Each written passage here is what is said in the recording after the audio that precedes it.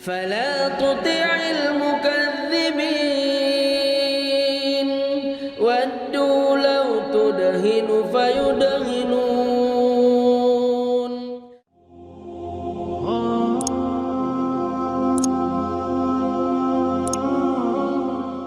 All right. To be honest with you, like I said, before I was a Muslim, I used to think a lot. You understand? And to the degree, like I said, it used to make me get depressed because my mind used to go into overload. I used to start thinking about everything because I've been through a lot. Now, when I started looking into religion, I started looking at society and looking at everything that I see, and I say to myself, everything has a purpose. Everything. No matter what you look at, it's got a purpose. This microphone, this monitor, mobile phone, the bathroom, the camera, my jacket, my shirt, my trainers, everything has got a purpose. Then how all of a sudden, me as an individual, I don't have no purpose? I start asking myself, you know what?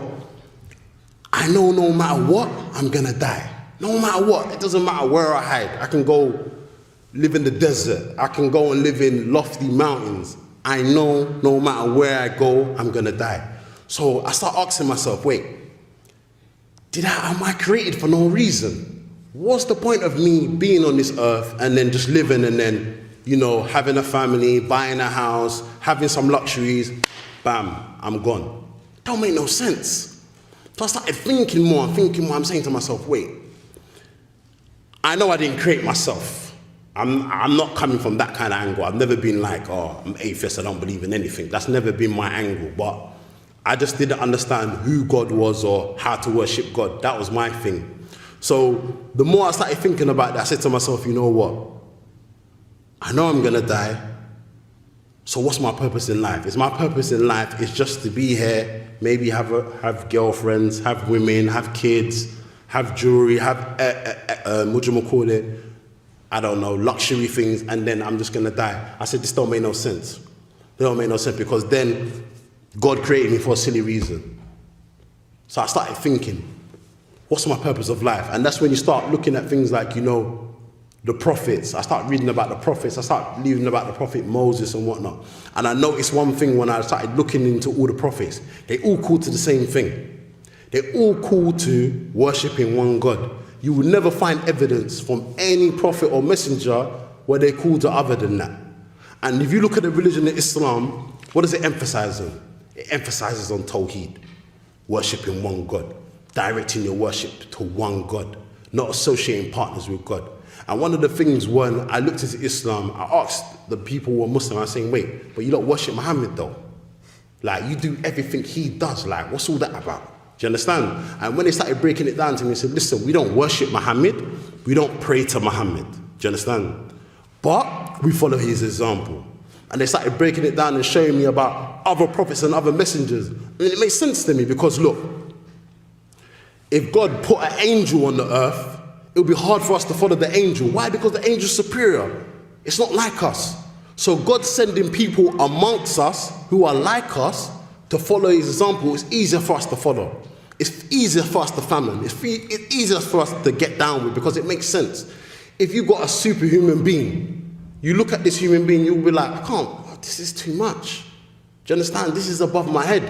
But if you look at the examples of the prophets and messengers, they married like us. Do you understand? They worked like us. They lived like us. And they died like us. Do you understand? It's all the same. And it made sense to me. So the more I started looking into this and the more I started looking into Islam, I said, you know what?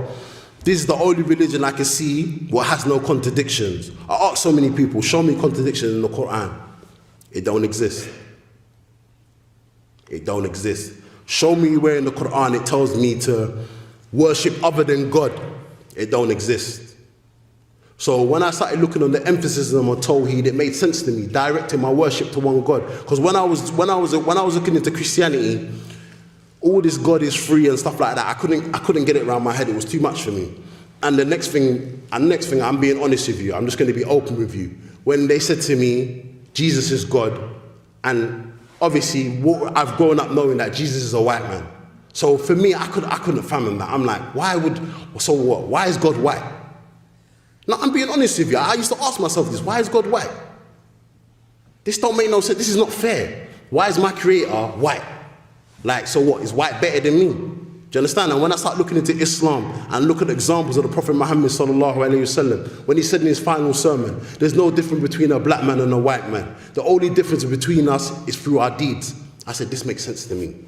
This makes sense to me. I grow up going to a church. I'm in a church. I see a white man on the wall. I'm like, this is too much.